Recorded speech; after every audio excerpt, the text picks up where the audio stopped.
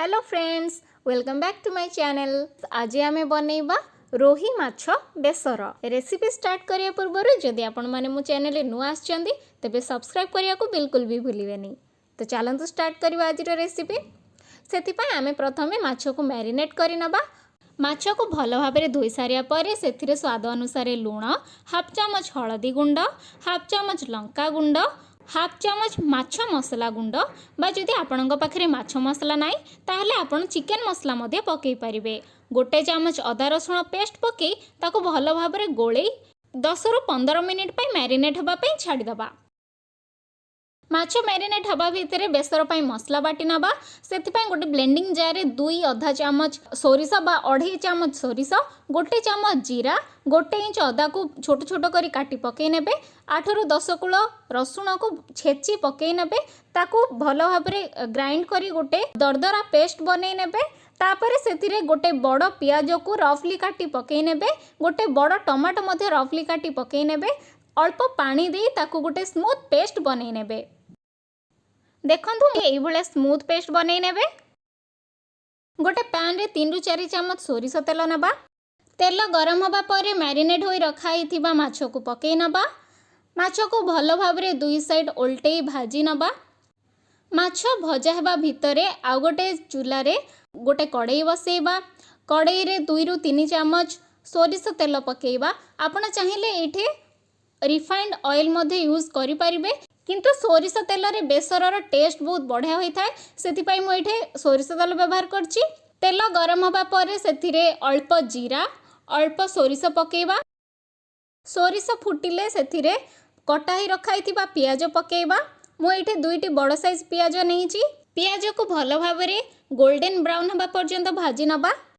एठे देखंतो हमर माछ दुई साइड भलो भाबरे भाजी हो जाईछि। एबे आकु गोटे प्लेट को काढी नबा।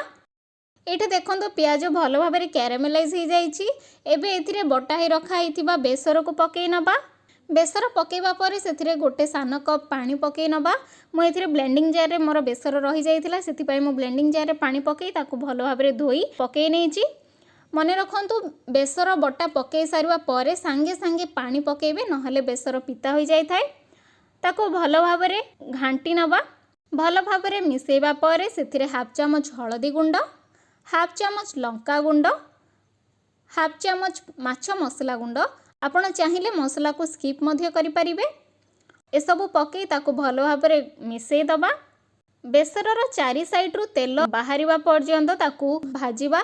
आको बारंबार घांटीबा को पड़िबो, नहले कड़ाईर तळ भागरे ये लागी जाई थाए। एठे देखंतु बेसर आमर भलो भाबरे भाजी हो जाईछि। चारि साइड रु तेल मध्य बाहरिया को आरंभ कलानी। एठे आमे 3 रु 4 कप गरम पानी पकेई नबा।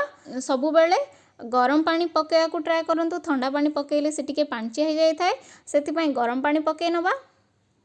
पानी फुटिबा को आसिले सेथिरे कटाई रखाइथिबा गोटे बड़ बाइगण को मो एठे पकेई नेछि। आपण चाहिले आकु स्किप मध्य करि परिबे। बाइगण को 4 पीस करी काटी मो एठे पकेई नेछि।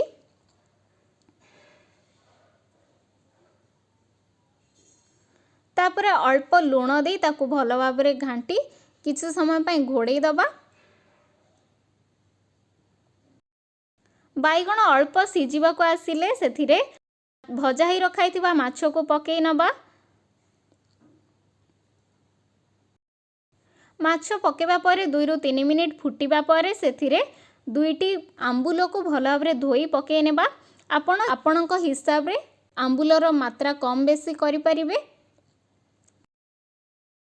आकु 10 रु 15 मिनिट घोड़े फुटिबा पई दबा। प्रस्तुत हो गला हमर माछ बेसर। आपण थरे एई भलिया बेसर करी देखंतु आ केमिति लागिला मते कमेंट रे निश्चय जणांतु। आ जदी आपनकु वीडियोटी भलो लागिछि तबे लाइक एंड शेयर करिया को बिल्कुल भी भूलिबेनी। Thank you.